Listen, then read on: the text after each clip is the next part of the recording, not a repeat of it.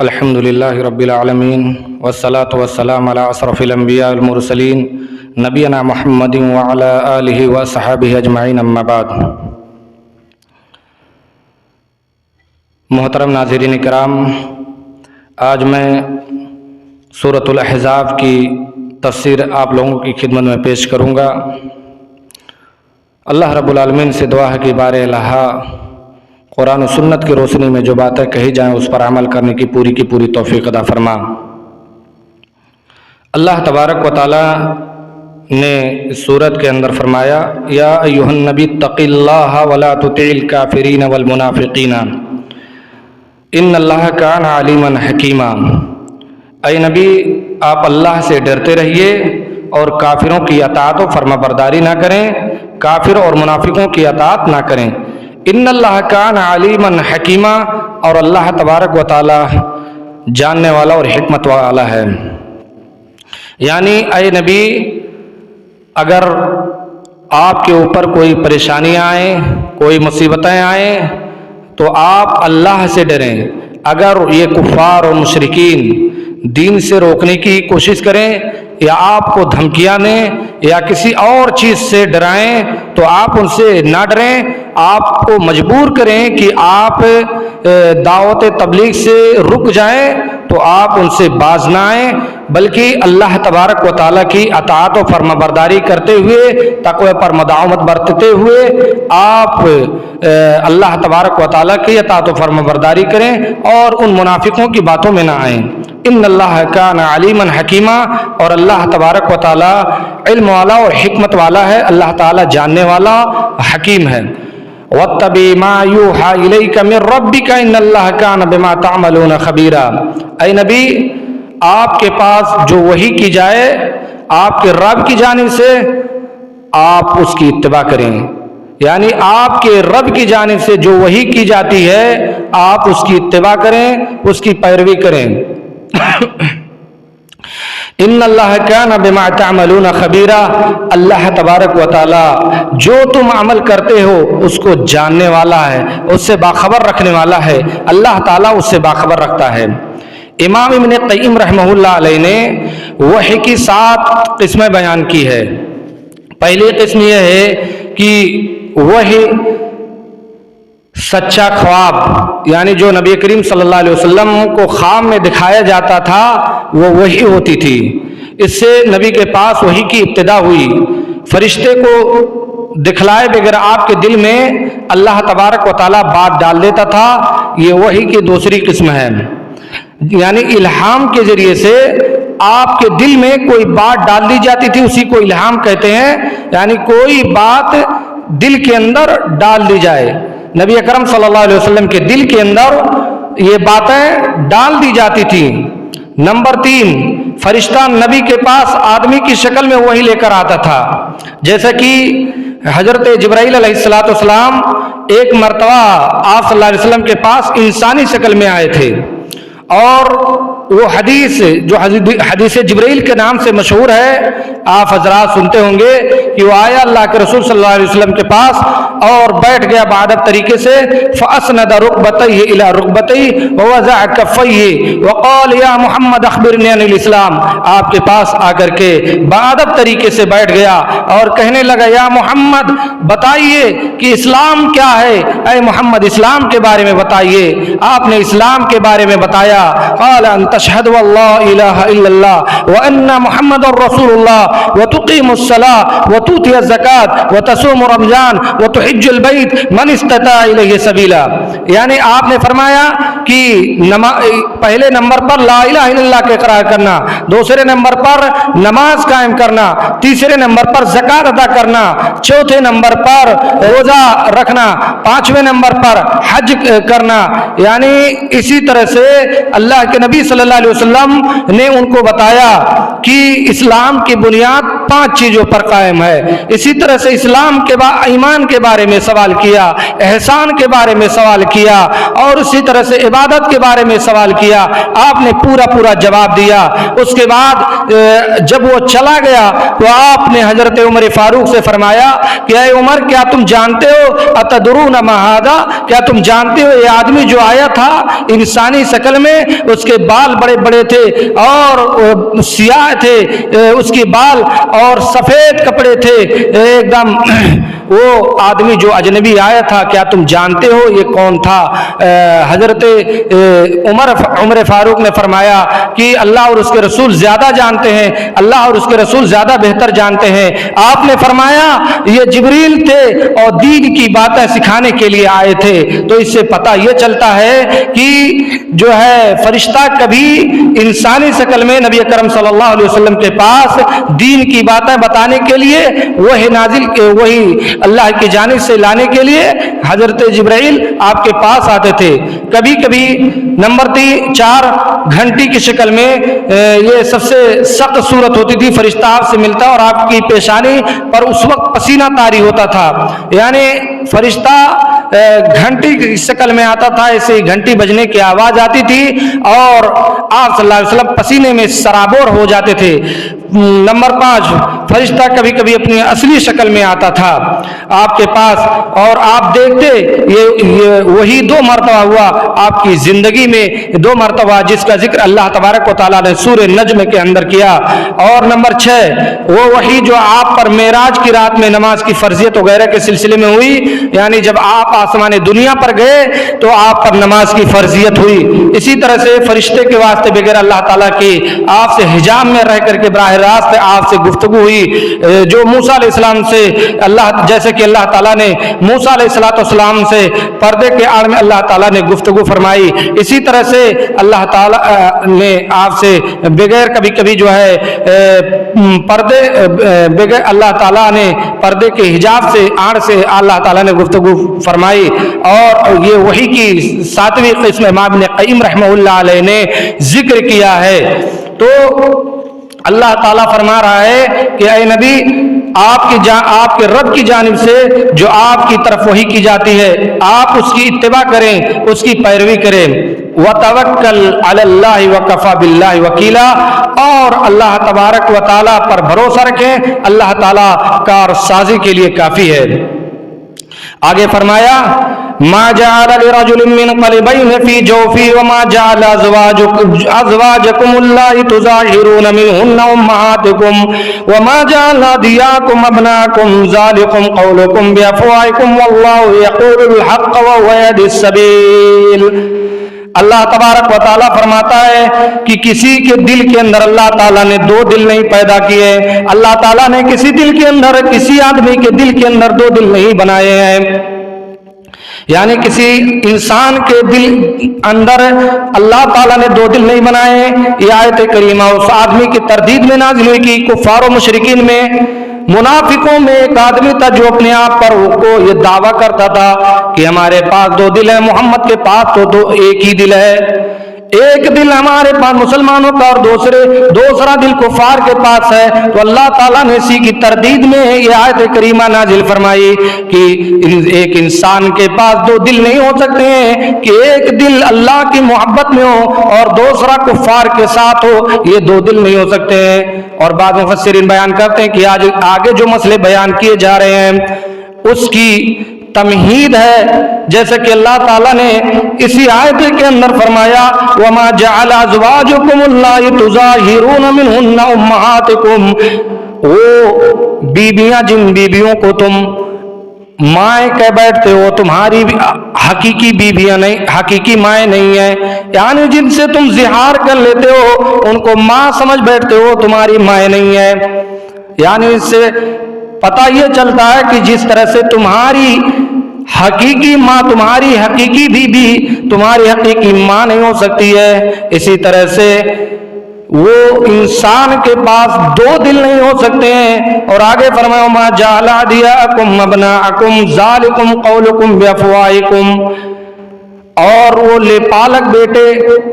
جن کو تم نے گود لے لیا ہو، پال لیا ہو، وہ تمہارے بیٹے نہیں ہو سکتے ہیں، تمہارے حقیقی بیٹے نہیں ہو سکتے ہیں۔ یہاں زہار دیکھیے اللہ تعالیٰ نے فرمایا ازواجکم اللہ، اسی طرح سے جس طرح سے تمہارے وہ لے پالک بیٹے تمہارے حقیقی بیٹے نہیں ہو سکتے ہیں، اسی طرح سے تو ایک انسان کے پاس 2 دل نہیں ہو سکتے ہیں۔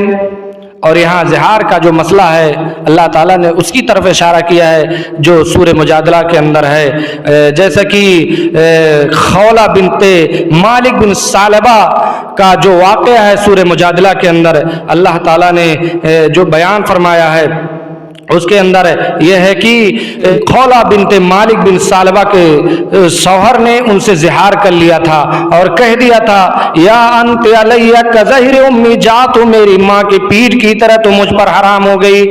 جا میری ماں کی پیٹھ کی طرح تو مجھ پر حرام ہو گئی، اب میں کچھ نہیں کر سکتا، جس طرح سے اپنی ماں کی خدمت کرتا تھا اس طرح تو مجھ پر حرام ہو گیا، اپنے اوپر حرام کر لیا۔ عرب میں یہ رواج تھا کہ کسی کو اگر طلاق دینا ہوتا، ایک قسم کا یہ طلاق ہوتا تھا، تو وہ ایسے ہی کہہ دیتے جا تو میری ماں کی پیٹھ کی طرح تو مجھ پر، اس طرح سے میری ماں مجھ پر حرام ہے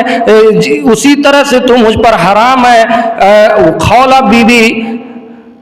پریشان ہوئی جب ان کے شوہر نے کہہ دیا انت علیہ کظہر امی، جا میری ماں کی پیٹھ کی طرح تو مجھ پر حرام۔ اللہ کے رسول صلی اللہ علیہ وسلم کے پاس جاتی ہیں اور کہتی ہیں کہ اے اللہ کے نبی، میرے شوہر نے مجھے کہہ دیا یا انت علیہ کظہر امی، جا تو میری ماں کی پیٹھ کی طرح تو مجھ پر حرام۔ اے اللہ کے نبی کوئی مسئلہ حل فرمائیے، اے اللہ کے نبی کوئی حل نکالیے، کوئی راستہ نکالیے۔ اللہ کے رسول کے پاس ابھی جبرائیل امین کوئی خبر لے کر نہیں آئے تھے، کوئی وحی نازل نہیں ہوئی تھی۔ اللہ کے نبی صلی اللہ علیہ وسلم نے خولہ بی بی سے فرمایا اے بی بی، اے خولہ، میں ابھی کچھ نہیں کر سکتا، اللہ تعالیٰ نے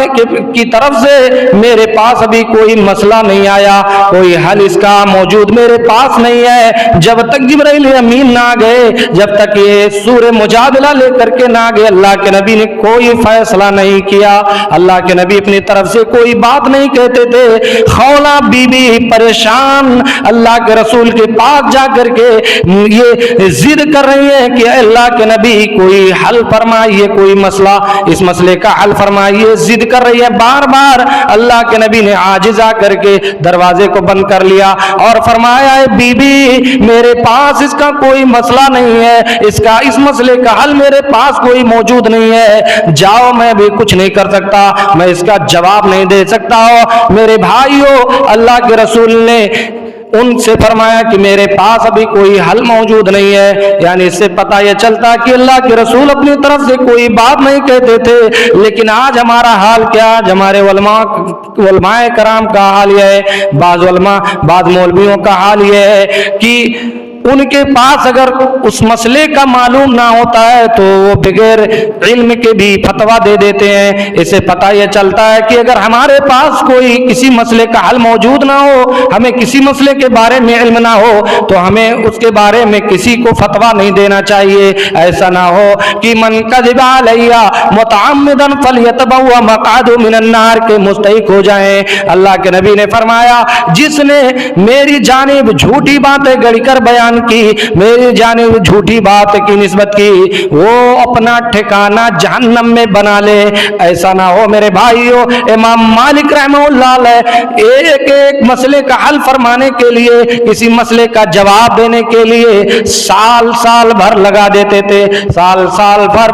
وہ اس مسئلے کا حل نہیں فرماتے تھے، جواب نہیں دیتے تھے۔ اس لیے ہمارے اسلاف کا طریقہ اور ہمارے نبی کا طریقہ یہی تھا کہ اگر ہمیں کسی مسئلے کے بارے میں علم نہ ہو تو صحیح طور پر ہمیں اس کے بارے میں علم نہ ہو، پوری تحقیق کے ساتھ تو ہمیں اس کے بارے میں کسی کو فتویٰ نہیں دینا چاہیے، کسی کو غلط مسئلہ نہیں بیان کرنا چاہیے، کسی کو غلط مسئلہ نہیں بتانا چاہیے۔ لیکن آج معاشرے کے اندر دیکھا جائے، جو چمن اسلام اور فروغ اردو پڑھ کر کے آج یہ مفتی اسلام بنتے ہیں، چمن اسلام پڑھ کر کے مفتی اسلام بنتے ہیں، تھوڑا بہت آج کے جو بزرگ ہیں یہ تھوڑا بہت پڑھ کر کے آج لوگوں کو فتویٰ دے دیتے ہیں۔ اللہ کے رسول نے فرمایا تھا ان اللہ لا يقبض العلم انتزاعا ينتزع من العباد ولكن يقبض بقبض العلماء حتى اذا لم يبق عالما اتخذ الناس رؤوسا وجهالا فسئلوا فافتوا بغير علم۔ اللہ کے نبی نے فرمایا تھا کہ اللہ تعالیٰ علم کا خاتمہ لوگوں کے سینوں کے اندر سے چھین کر کے نہیں اٹھائے گا، بلکہ اللہ علماء کو اٹھا کر کے اس دنیا سے رخصت کر کے اللہ تعالیٰ علم کو اٹھائے گا۔ ولكن يقبض بقبض العلماء حتى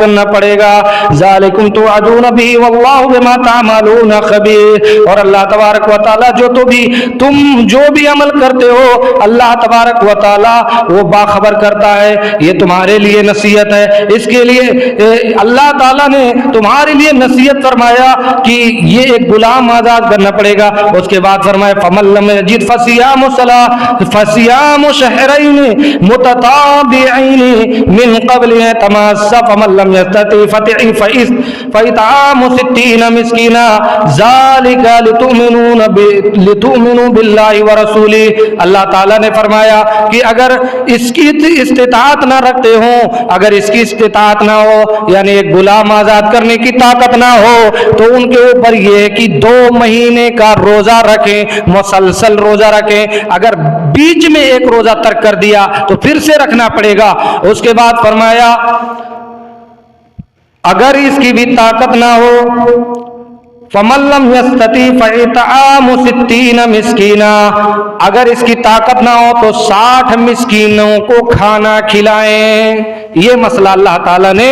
حل فرمایا. یعنی تمام امت مسلمہ کے لیے اللہ تعالیٰ نے یہ قیامت تک کے لیے مسئلہ حل فرما دیا کہ جو لوگ اپنی بیویوں سے زہار کریں تو ان کے لیے یہ کفارہ ادا کرنا پڑے گا کہ ایک غلام آزاد کریں. اور اگر ایک غلام آزاد کرنے کی طاقت نہیں ہے تو 2 مہینے کا مسلسل 60 روزے رکھیں. اور اگر 60 روزے رکھنے کی طاقت نہیں ہے تو 60 مسکینوں کو کھانا کھلائیں. یہ مسئلہ اللہ تعالیٰ نے قیامت تک کے لیے حل فرما دیا. اور یہی مسئلہ جو رمضان کی حالت میں, روزے کی حالت میں اپنی بیوی سے مل بیٹھے, یہی کفارہ اس کو بھی ادا کرنا پڑے گا.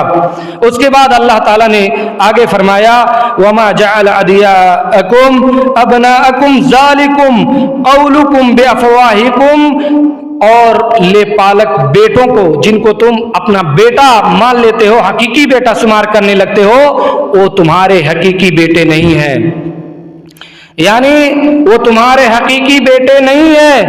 یہ تو تمہارے اپنے زبان کی باتیں ہیں.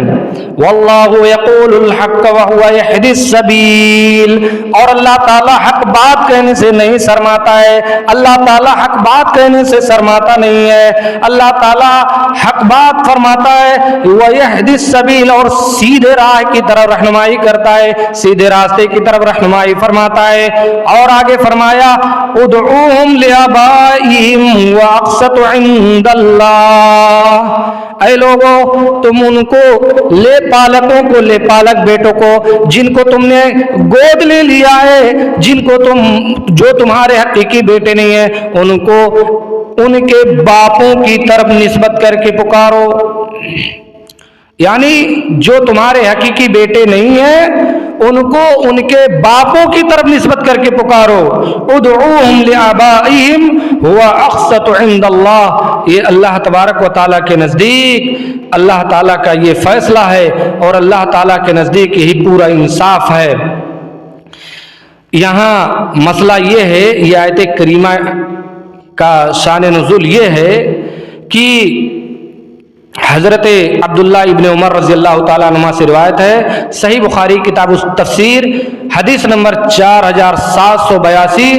حضرت عبداللہ بن عمر رضی اللہ تعالیٰ عنہ کہتے ہیں کہ ان زید بن الحارث مولا رسول اللہ صلی اللہ علیہ وسلم ما كنا ندعو الا زید بن محمد حتی نزل القرآن, کہ حضرت عبداللہ ابن عمر کہتے ہیں کہ ہم ان زید بن الحارث مولا رسول اللہ صلی اللہ علیہ وسلم, یہ زید بن حارثہ رسول اللہ صلی اللہ علیہ وسلم کے غلام تھے, تو ہم ان کو ما کننا ندعوہ,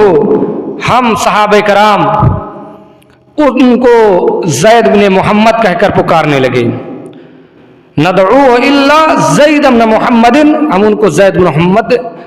ابن محمد کہہ کر پکارنے لگے. تو اللہ تعالیٰ نے یہ آیت کریمہ نازل فرمائی کہ تم زید بن حارثہ کو جو زید بن محمد کہتے ہو, تم زید بن محمد نہیں کہہ سکتے ہو. اللہ تعالیٰ نے اسی لیے فرمایا کہ ادعوہم لآبائہم, اللہ نے یہ آیت نازل کر کے اللہ تعالیٰ نے امت مسلمہ کو یہ اس بات سے آگاہ کر دیا کہ تم ان کو حقیقی باپوں کی طرف، ان کے جو حقیقی باپ ہیں ان کی طرف نسبت کر کے پکارو. جیسے عبداللہ ابن زید، یعنی ان کے باپ کا نام زید ہے، اب ان کے باپ کی طرف زید کہہ کر کے پکارو، ان کے باپ کی طرف نسبت کر کے پکارو. اللہ تعالیٰ نے اس سے منع فرمایا ہے، اور یہی اللہ تعالیٰ کے نزدیک پورا انصاف ہے. آگے فرمایا فَإِن لَّمْ تَعْلَمُوا آبَاءَهُمْ فَإِخْوَانُكُمْ فِي الدِّينِ وَمَوَالِيكُمْ وَلَيْسَ عَلَيْكُمْ جُنَاحٌ فِيمَا أَخْطَأْتُم بِهِ وَلَٰكِن مَّا تَعَمَّدَتْ قُلُوبُكُمْ وَكَانَ اللَّهُ غَفُورًا رَّحِيمًا. اگر تم بھول چوک میں غلطی کر بیٹھتے ہو، لیس علیکم جناح فیما اخطأتم، تمہارے اوپر کوئی گناہ نہیں ہے کہ تم بھول چوک میں تم کہہ بیٹھو، یعنی خطا کی وجہ سے، انجانے میں، نہ جانے میں، یعنی تم ان کو بیٹا کہہ بیٹھو، یا ان کو کسی غلط، یعنی جو ان کے باپ نہیں ہے ان کے غیر باپ کی طرف نسبت کر کے پکارو. اگر نہ جان پاؤ، یعنی تمہارے پاس اس کے بارے میں علم نہ ہو، ان کے باپوں کے بارے میں تمہارے پاس علم نہ ہو، یعنی تم ان کے باپوں کے بارے میں نہ جانتے ہو، تو تمہارے اوپر بھول چوک میں تم سے غلطی ہو جائے تو اللہ تعالیٰ اس پر کوئی گناہ نہیں لکھتا ہے، اس پر کوئی جو ہے تمہارا مواخذہ نہیں ہوگا. وَلَٰكِن مَّا تَعَمَّدَتْ قُلُوبُكُمْ، لیکن گناہ یہ ہے، غلطی یہ ہے، گناہ تم پر اس وقت ہوگا کہ جب تم جان بوجھ کر کے تم ان کو بیٹا کہو گے، ان کو جان بوجھ کر کے اپنی طرف نسبت کر کے کہو گے، تب تمہارے اوپر گناہ ہوگا. وَكَانَ اللَّهُ غَفُورًا رَّحِيمًا، اور اللہ تبارک و تعالی معاف فرمانے والا، اللہ تعالی درگزر کرنے والا ہے. آگے فرمایا اللہ تعالی نے النبی اولیٰ بالمؤمنین من انفسهم وازواجه امہاتهم واولو الارحام بعضهم اولیٰ ببعض فی کتاب اللہ من المؤمنین والمہاجرین الا ان تفعلوا الى اولیائکم معروفا کان ذلک فی الکتاب مستورا. اللہ تعالیٰ نے فرمایا النبی اولیٰ بالمؤمنین من انفسہم، اللہ نے کہا کہ نبی مومنوں پر خود ان سے بھی زیادہ حق رکھنے والے ہیں، اور نبی کی بیویاں اور مومنوں کی مائیں ہیں، اور رشتے دار اللہ کی کتاب سے بنسبت دوسرے مومنوں اور مہاجروں کے آپس میں زیادہ حقدار ہیں، مگر تم اپنے دوستوں کے ساتھ حسن سلوک کرو، یہ حکم کتاب اللہ میں مذکور ہے. یعنی اللہ تعالی نے اس میں فرمایا کہ مومن اپنے نفسوں سے بھی زیادہ حقدار، اللہ تعالیٰ نے مومنوں کے اپنے نفسوں سے بھی زیادہ حقدار قرار دیا گیا ہے آپ کو، یعنی آپ کو مومنوں کے اپنے نفسوں سے بھی زیادہ حقدار قرار دیا گیا ہے. یعنی اللہ کے رسول صلی اللہ علیہ وسلم اپنے جان سے بھی زیادہ مومنوں کے لیے شفیق ہیں، مومنوں کے لیے شفقت رکھنے والے اور رحم دل ہیں. جیسا کہ حضرت ابو ہریرہ رضی اللہ تعالیٰ عنہ سے روایت ہے کہ ان رسول اللہ صلی اللہ علیہ وسلم کان یؤتی بالرجل المتوفى علیہ الدین فیسأل هل ترک لدینہ فضلا فإن حدث انه ترک لدینہ وفاء صلى وإلا قال للمسلمین صلوا على صاحبكم فلما فتح الله عليه الفتوح قال انا واولى بالمؤمنین من انفسهم فمن توفى من المؤمنین فترك دینا فعلی قضاؤه ومن ترک مالا فلیوارثه. صحیح بخاری کتاب الکفالہ کی روایت ہے، حدیث نمبر 2298 کی روایت ہے کہ اللہ کے رسول صلی اللہ علیہ وسلم کے زمانے میں جب کوئی مر جاتا تھا، انتقال ہو جاتا تھا، اس دار فانی سے چلا جاتا تھا، تو اللہ کے رسول صلی اللہ علیہ وسلم صحابہ سے پوچھتے کہ اے میرے صحابہ بتاؤ اس کے اوپر کوئی قرضہ ہے؟ اگر قرضہ ہوتا تھا تو آپ پوچھتے تھے کہ اس نے کوئی مال چھوڑا ہے؟ جب یہ بتایا جاتا تھا کہ اس نے کوئی مال نہیں چھوڑا ہے تو آپ صحابہ سے فرماتے کہ صلوا علی صاحبکم، اپنے بھائی کی نماز جنازہ پڑھ لو، یا کسی اور کو کہہ دیتے کہ صحابہ کرام میں سے کہ قرض ادا کر دو۔ جب قرض ادا کر دیا جاتا، کوئی اپنے اوپر لے لیتا، تب آپ صلی اللہ علیہ وسلم اس کی نماز جنازہ پڑھاتے۔ لیکن جب اللہ تبارک و تعالی نے آپ کو فتح یابی حاصل دی، اللہ تعالیٰ نے آپ کو فتح دیا، اللہ تعالیٰ نے آپ کی نصرت کی، جب آپ کو فتح یابی حاصل ہوئی، فلما فتح اللہ علیہ الفتوح، اللہ تعالیٰ نے آپ کو مال غنیمت سے مالا مال کیا۔ آپ کے پاس جب مال غنیمت کی فراوانی ہوئی تو اللہ کے نبی صلی اللہ علیہ وسلم فرماتے انا اولا بالمؤمنین من انفسہم،